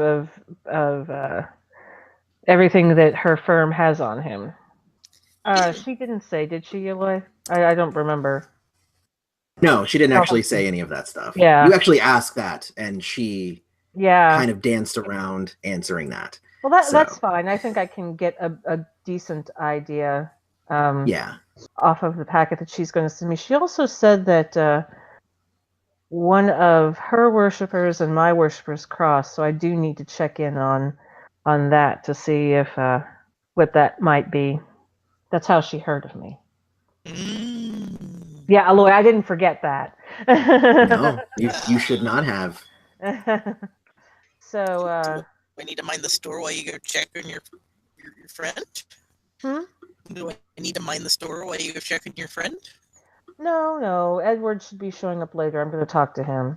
I'm just a little concerned. She seems like she wants to be allies for now, but she made a point of saying that she prefers to fly solo, and that she's not interested in any long-term alliances, which means at one point or another in the future we could be more problematic than we're worth to keep around. So she's one to keep an eye on. I'm not saying let's drive her out, but I want to know more about her. Well, if this other dude really was an embezzler, Darius might know something about him. Yeah, I was gonna call him as well, see if he knows who this guy Dante. I got a first name, and like I said, I'll be getting more information about him. She should be sending a courier in a little while. Oh, a courier, fancy. Well, and she flips open. She takes out from under her desk a laptop. I might have given her the impression that I was a bit of a Luddite. Yes, she could have emailed it to you. Being the goddess of technology, I didn't want her exactly having my email address. But she could have found it on the store's website. Oh, what? No. So, she couldn't have found it on the store's website.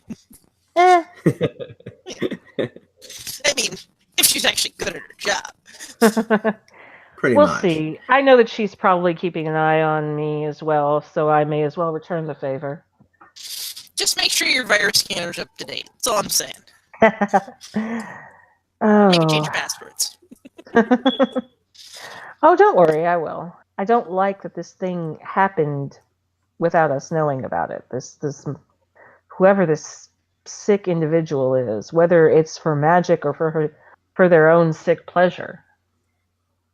Yeah, a month under our noses. That's tough. Could she identify who took her? Does she know, like, a name or a face or anything? It wasn't anything that Misha asked. Yeah, Okay. it's like I didn't want to traumatize her kid. So. Well, I know a couple of cops that I can maybe ask a few questions. I just, if this person is still on the loose, then I'm kind of curious. I'd rather they not be. Yeah, Yeah, that's an understatement. Also, I since agree with that. this Dante is on the run. Like I said, it doesn't mean he's out of the city, so I'm kind of curious if he's hiding anywhere around here either. Because I'd like to talk to him. I mean, I've got her side, but that's only what she wanted to tell me. True. Just because somebody says they're, I mean, he doesn't have the best recommendation right now. I'd still at this point prefer her over him, but I'd rather make an all you informed. have is her word that he's an embezzler and that he's a swordsman. Yeah, I think I'd rather find out for myself. Yeah. Still, we seem to be on good terms right now. I'd like to keep it that way. I really didn't think that by making him the god of swordsmen, it was going to be so funny, but it's like super funny now. So it's like we have a first running gag now. Yeah, it's like a running gag. He's gonna have he's gonna put soy sauce on his boobs now.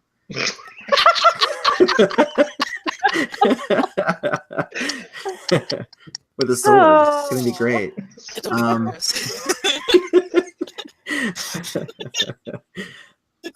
For that joke, kids, look at part 1 of this video set. Exactly.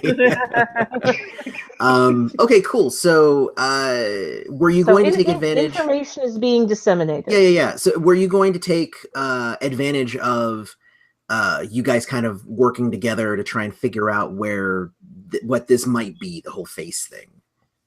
Yeah, I want her to and I both to look through my more rare occult and older occult books, because a ritual like this seems to be leaning towards something more ancient.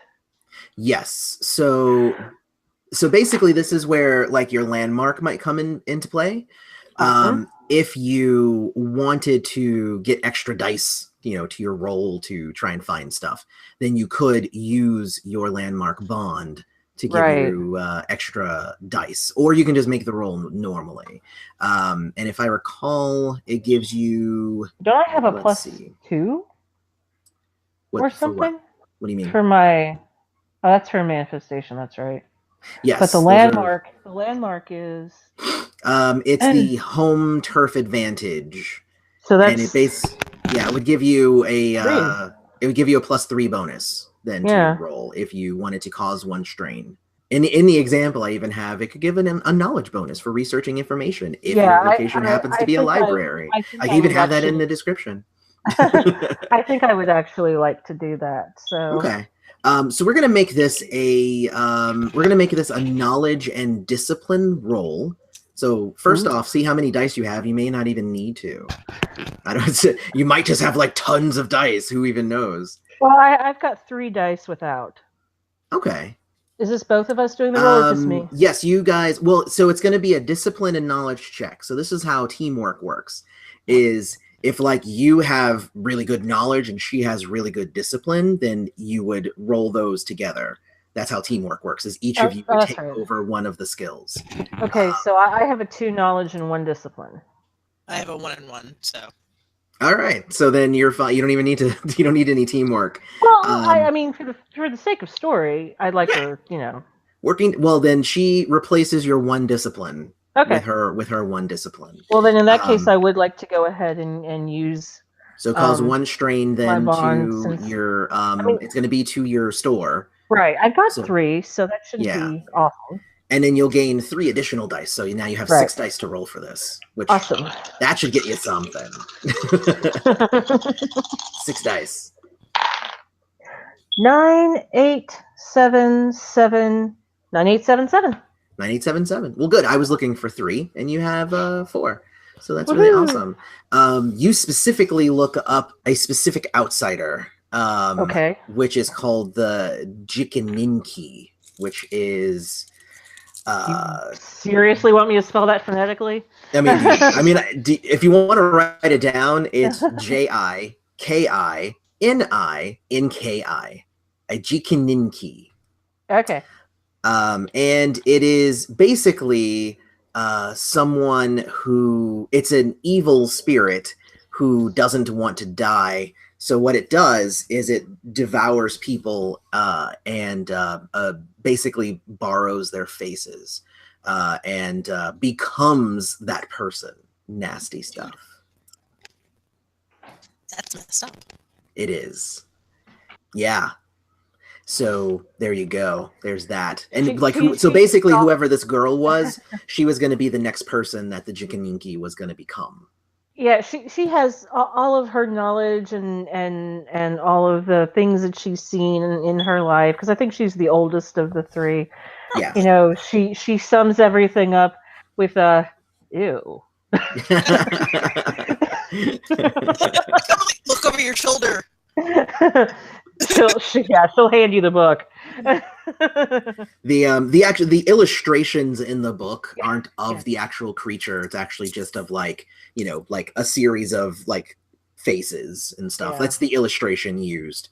That whoever did this tome that you have did not actually draw a picture of what the thing looks like underneath the mask. So because that would be helpful. Yeah. So there you go. Did this person write anything about a particular weakness? We know that they do not wish to die, so they probably there aren't that many weaknesses that are known. They're actually super strong. Like they are like it takes a pantheon of gods usually to bring one of these things down. They are not weak. So you do know that much. Basically their biggest weakness is that the faces don't last very long. So eventually it'll start to decay and it'll just get all like super nasty and all that stuff. And then they have to find somebody else to steal their identity instead. They don't come out a lot during the day because that can cause skin damage to the mask. So they try to keep their operations tonight. They don't have, it's not like they're vampires or anything. They don't have to only operate at night. But they're not immobile during the day. Right. But they try to not go out during the day just because their masks can last longer if they don't. You do also get the you see that they can't become anybody, like they can't devour the body of like a body that's been embalmed or that's been blessed. So they can't do it to like a funeral home. They can't do it to those bodies. They also if they're around, animals won't be around. So animals won't come anywhere near them. No animal. So that's another thing. So they don't work at the animal shelter. Certainly not the animal shelter. Certainly not the funeral parlor. Not because they can't, but just they don't get any benefit from that. So now, when they take the faces and the identities, do they gain any of their victims' memories or abilities? And I don't necessarily mean like mechanically. Just like if they take the face of a doctor, do they have any medical knowledge? They do get a little bit. They don't get it. They don't get it all. They get like the surface.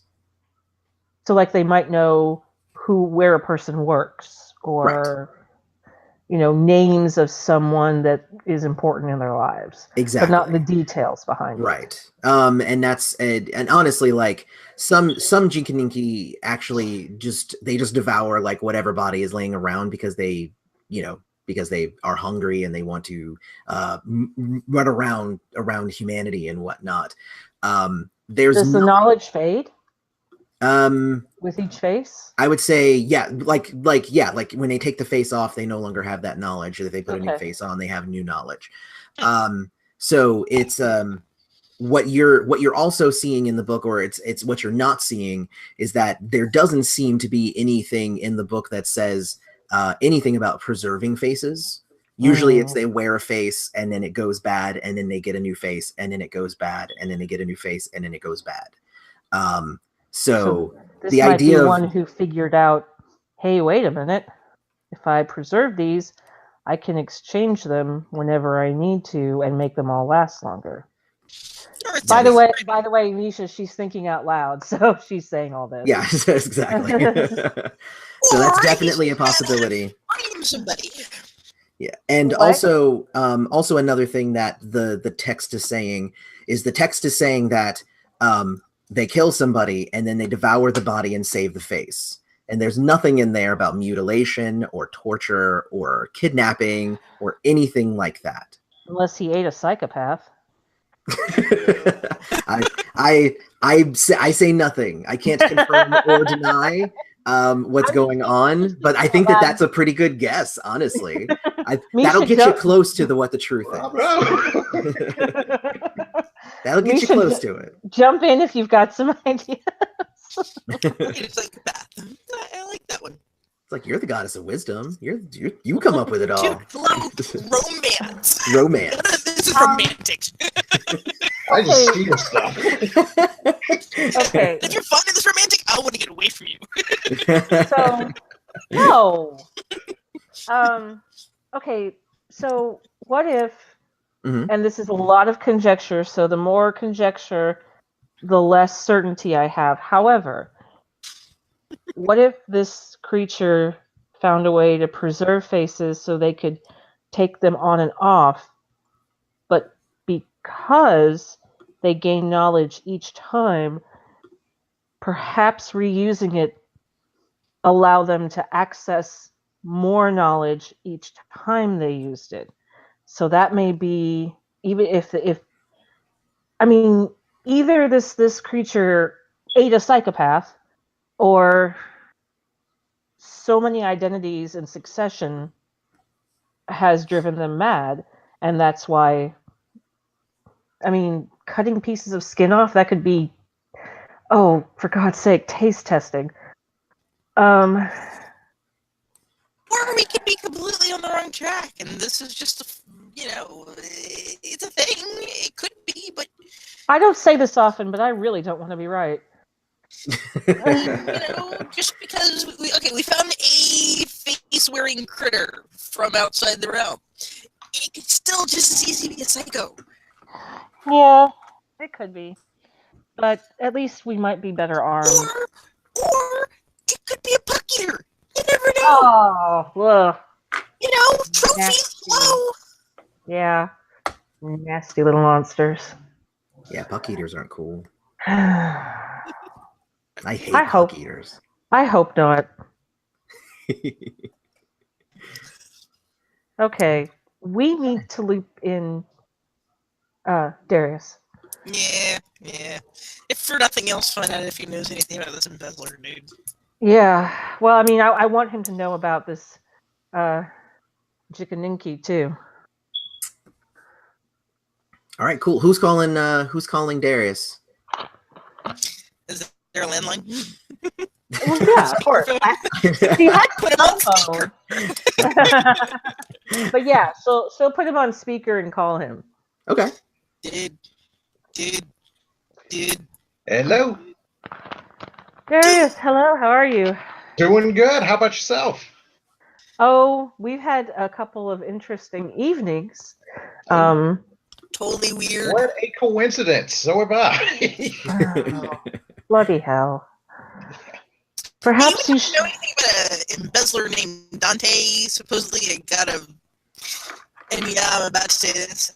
This is apparently a thing, but a god of swordsmen.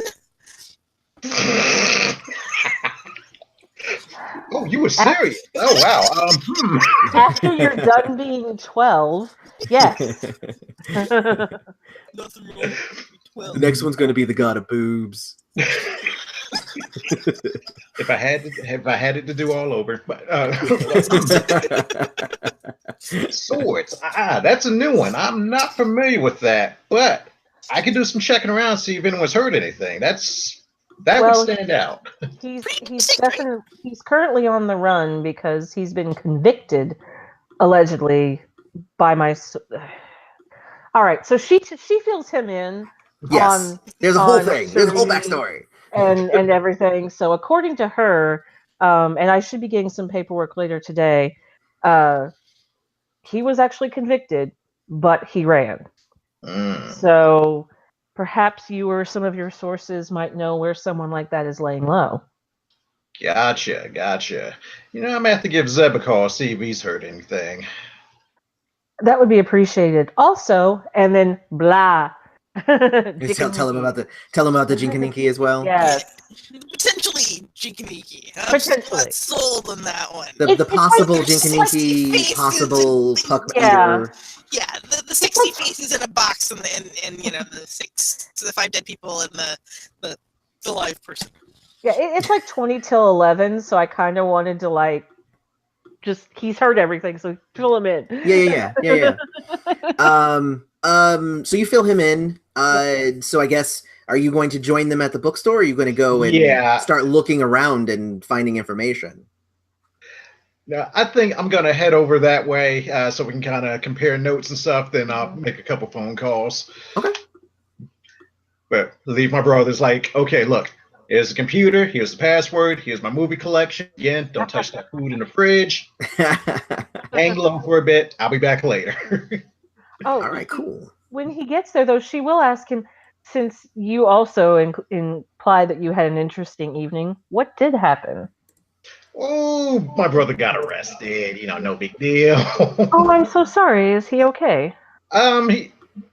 He's seen better days, but he's okay now. Okay. Yeah.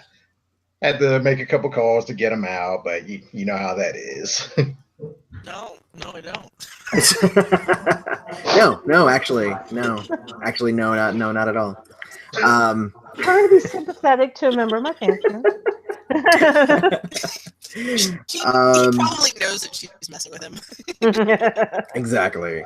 Okay, cool. So I'm gonna fast forward a little bit, and I'm gonna say that you guys kind of hang out in the store, and you're doing more research. You guys are all kind of talking and whatnot. Right. The parcel arrives. Okay. And it's not like a super thick envelope, and it's standard size for like a file.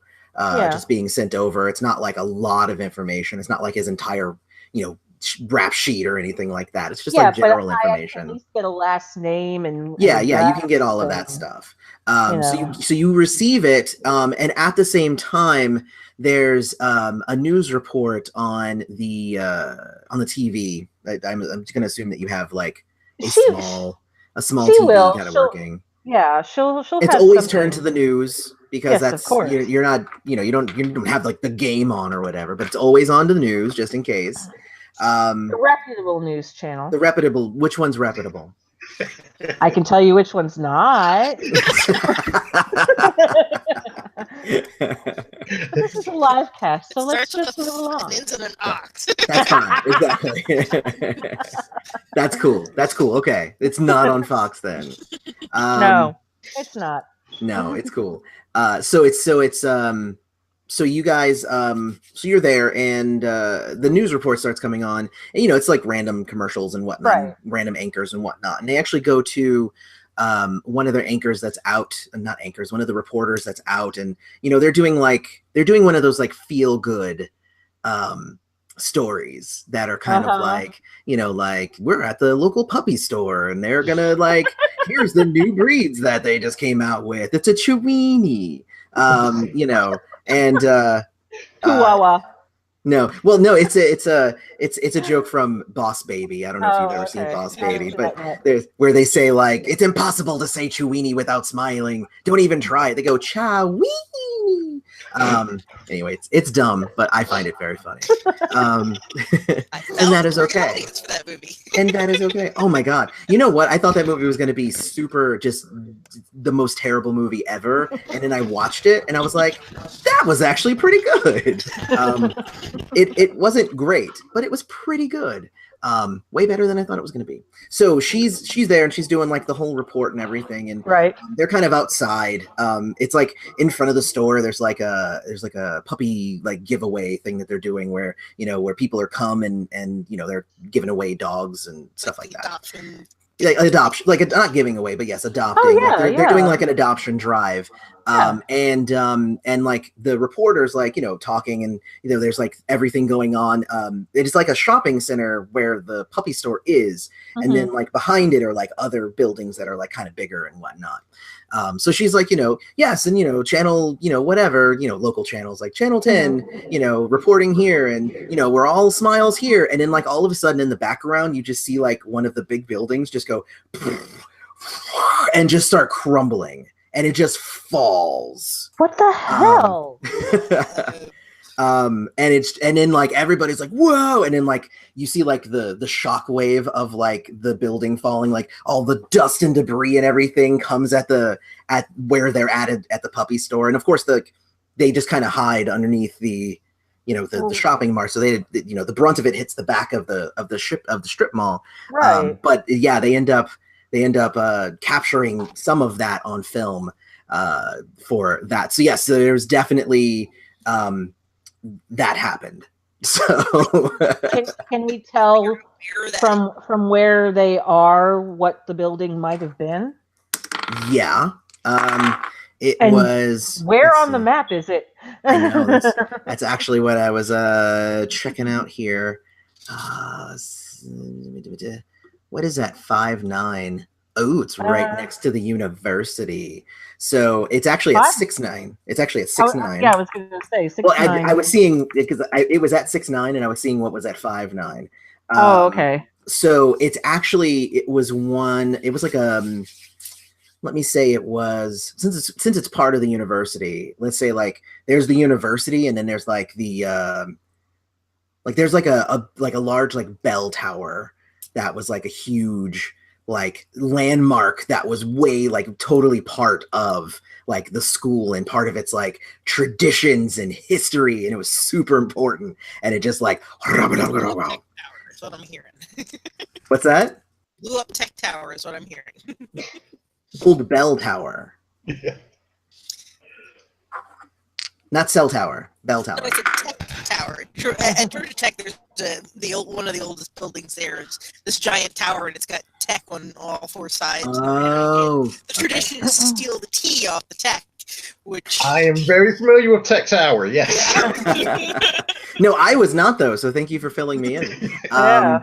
Yeah. No. So yeah, similar to that. So that was at 6'9". That's where that happened. Oh my gosh. Yeah, so really, really terrible things happening there. And that's at 6'9", so it's not super far from where you're at right now. Yeah. Where are you? I mean, we're at 7'4", so. Yeah. So that's 7'4". 1, 2, probably 3, gonna get a 4. phone call any second now. So Yeah. yeah, I'm gonna go to the yeah. Keep us. We may go down there too. Darius, isn't that near your dorm? That is very close to my dorm. It actually so the way that the free time works is that nobody's technically gonna call you unless you have 0 free time. So technically they would call somebody else who's on the clock right now. Gotcha. Yeah. So I figure this might be an all hands on deck kind of situation. you could totally do that if you wanted to do that. So it's not every day a building falls And down. I'm gonna shoot a quick text to my brother. Did you see that? yeah, you get back. Yeah, but I'm safe. You get that. So Cool. yeah. He says, "Yeah, it's good. I'm safe, but yeah, I totally saw it." So there's that. So yeah, so they actually do have like if you call like the dispatcher, Misha, like Denise calls and they're like, actually we had a lot of people who were already locked, so they're already going down. So you can go. I mean, obviously your assistance will always be helpful. But you know, Jessica and Harry are also there. We could still go. Yeah. You did just get the paperwork, so it depends on where your attention lies here at this point. I tell him to keep me in the loop. Whoa. If he needs me, let me. Uh-oh. That's not good. Is your electricity going to go out or? We've had some really severe storms around here. Okay. So it might. Our Okay. apartment complex is actually pretty decent about that, but we have lost power before. Okay. Well, if it happens, we'll wrap up quickly. Actually, I think what I'm going to do is I'm going to stay back. I want the information about Dante. Crap. And I'm also going to call Edward or text him or whatever to find out which one of our worshippers may have tangled with another god's worshippers. Okay. He says, I mean, because you can just call him. He says, no, it's I don't know, but I can definitely find out. But I mean, we've run into other worshipers before, but it's not really something that we do where we like share. We don't even if we know that we're worshipers and they're worshipers too, we don't normally share who we worship. It seems strange to do that. Right, so, but she seems to have been able to connect the dots. Now, allegedly, she's a goddess of technology, so perhaps that way. I don't know, but if you, he says he'll definitely ask to see if anybody said anything. If they remember anything, particularly memorable, yeah, let me know. He'll let you know. Definitely. Thank you. Yeah, and that's going to be one, isn't it? No. That's because that's not like go do this thing. That's exactly. That's like, hey, who was talking? Ask around. Yeah, like if you said, hey, go and investigate that other worshiper group, that would be a thing. Oh, okay. You see what I'm saying? So that's a completely different thing. Okay. So if you're just saying like, to be like calling up and being like, hey, like, is it storming over there? Yeah. Like, I don't know. Let me look out the window. It's like, okay. So it's like, yeah. So, so that's cool. So she'll stay back, but she's going to keep the news on. Okay. And she's like, if you guys want to go check it out, I'm just a phone call away. But I think Denise said she was going to hang back too, or are you going to go? Yeah. I told him the dispatcher. Okay. All right. I mean, then we can look at the package. And what about Darius? Are you sticking back or? Yeah, I'm going to hang back too. Okay. Yeah, your brother said he was fine, so not really anything to super worry about. Yeah. All right, cool. So then let's open up that packet. Yes, let's. And you get the packet, and it's got some. It's definitely got like the case file that, like the case where he lost. So I mean, definitely he did. There's definitely no lying on her part that she definitely convicted him. And he was actually from the legalese of it, like it was for embezzlement, and he was supposed to go away for 2 years, because it wasn't a huge amount, so it was just about 2 years he was supposed to go away for. Was he like a financial officer of the company, or he was not. He was like the cousin of the financial officer, but he was part of the embezzlement scheme. Okay. He didn't actively do like a lot of it. Did he launder it? Let's say that it doesn't specify. Laundering was not one of his charges. Okay. So whether or not he actually did, it wasn't one of the charges. Okay. And what was his last name? Harper. Does the case file, does the information have enough like date of birth, address, stuff for me to kind of dig deeper in certain databases like LexisNexis or anything like that? I'm going to say it has his name. It's got a date of picture of it. birth? What's that?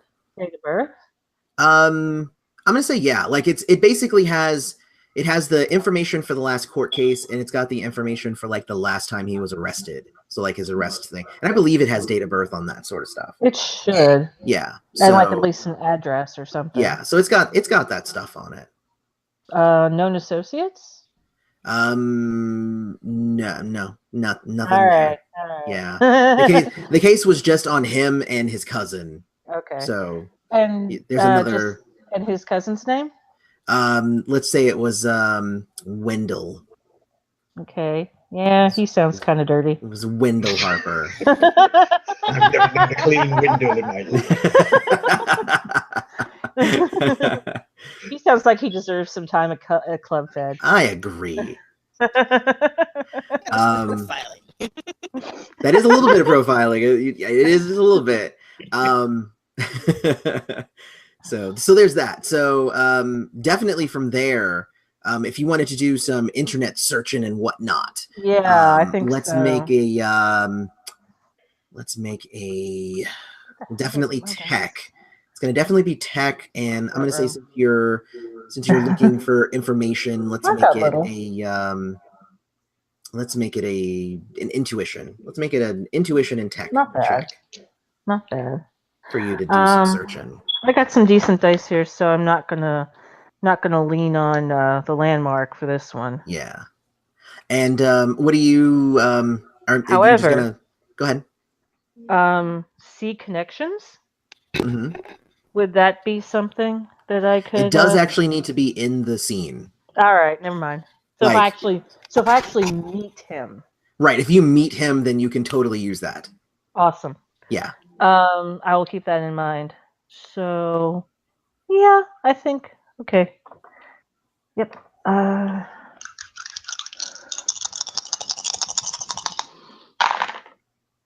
9 and 8. All right, so you got 2. That's pretty good. So let's see. So what information are you looking for? Let me ask you that. Let's say I'm going to give you can ask one question about him per success. So you can ask me 2 questions about him. Okay. How did he escape? Because that could tell me where he might be going. Let's see. The when you did some research, you find that the police report that was shared with the media was that the guy got a hold of like a pen, and he actually ended up stabbing one of the police officers while he was being loaded into a truck, and then he left. And the cop says he was like, it looked like a sword, but it was just a pen. So serious about the whole sword thing. Okay. The pen is truly mightier than the sword. Yes. Sorry. Especially if you turn your pen into a sword. Yes. Because that helps too. Okay. I'm saying, dude went from, embezzlement to stabbing a cop in like 30 seconds flat. Yeah, I mean... Little jumping charges there. Yeah. Well, I'm also kind of wanting to figure out who, if any, his worshippers might be. Okay. So, usually in a case like this where it's more of a business type crime, they'll do some kind of humanizing piece on the criminal. It's a white guy. Especially. And and it is. So Did we break the money? Just a little bit. So I would train of thought, come back.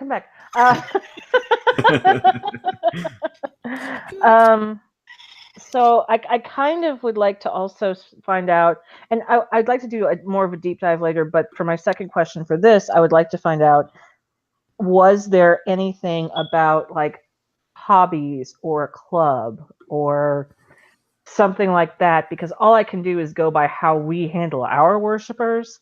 Yeah. And I know, like, Darius has his bar, and I will say that he was, I'm going to say that he was a member of the fencing team at the university. okay. And the fencing team itself was gearing up for a big tournament that was actually going to be hosted here at the local convention center. Okay. Later this month. The conference, is it the conference center that I have a link to? Exactly. Yeah, the conference center. Okay. So there is going to be a fencing competition there, because I made that up right now. So I can talk to one of my contacts at the conference center if I need to, but I would like to try to do a little digging around the university, or Darius, if you want to try and find this guy. Gotcha. I'm sure I know somebody with the fencing club, and I could ask around. And I can talk to the conference center and see about getting tickets or something. So, I mean, if these are his people, like literally his people, Mm-hmm. even if he's on the run, he might try to come see the tournament. True. So, right now I'm trying to come up with something in my head where I could at least, because I don't want to turn him over yet. I want to talk to this person before I do anything. Mm-hmm. So that I'll work on that plan. Okay. So then, Misha, what is Denise doing with this time? She's still looking for other explanations for creep boy with the faces. I think those are the two, Jinkaninki and the Puck Eaters. Those are two really solid guesses. So it's one of the two. It's hard to really say which of the two is more likely. Puck Eaters are also ew. Yeah. Okay. Trying to think if I want to go looking for the morgue and see if I can get a better look at the bodies. You could definitely do that. Yeah, that's probably what we'll end up doing. Okay. So I'm going to say then, and we'll go ahead and end it here. So, doing that, so you're starting to kind of, so Carol, you're starting to kind of get together your plan on how to get tickets and stuff like that.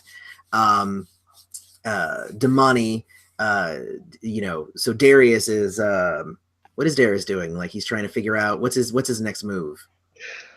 I guess talk to Zeb to see if anyone with an odd obsession with swords has been around a lot, because this seems like the sort of person I can kind of cross paths with. Yeah, so you're gonna tap into your fence and try and go that route to figure out who this guy is. Yeah. Okay. And then your thought, Misha, is that you're going to go to the morgue and try and get more stuff. Yeah. Okay. So the way that we end a session is we keep track of where our free time and our wealth are, because those carry over to the next session. So, and I actually have them here. So Misha's at 3-4, Damani's at 2-0, and Carol's at 1-5. So very, very, very soon here, we're gonna have, like, basically the beginning of next session is gonna be a whole bunch of other stuff coming in. So let me see if was there anything else that happens at the end of a session? I have to look up that page here. I'm going to say too, because you were going to go to the morgue, Misha, you like go back to like the precinct to like grab your, uniform and whatnot. And in your locker, when you open it, a letter falls out, and in it is like a few like rose petals, and it says, from a secret admirer, I'm always looking out for you. Oh, that's not Phantom of the Opera, like, at all.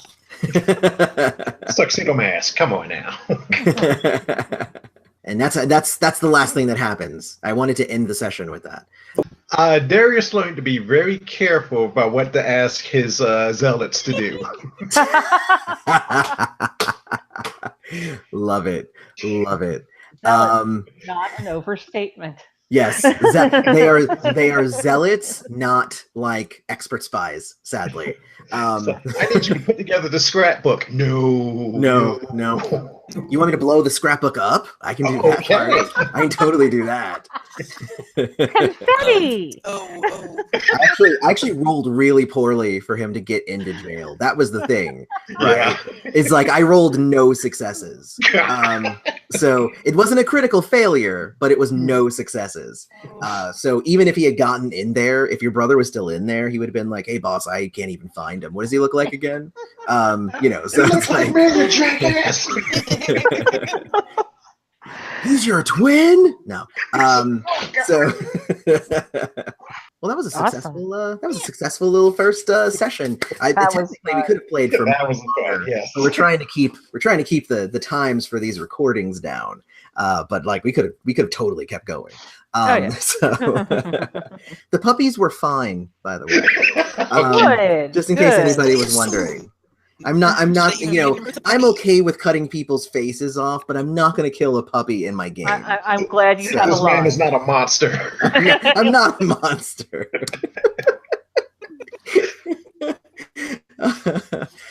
Okay, so there's, you guys are so silly. All right, cool. So thank you all for coming and watching. That's the first session. We'll have another one later. Bye. All right, so we're going to start. Are we ready to start? Yes. Okay. I'm going to bring up my notes now because I'm super official and I have notes if I can find them.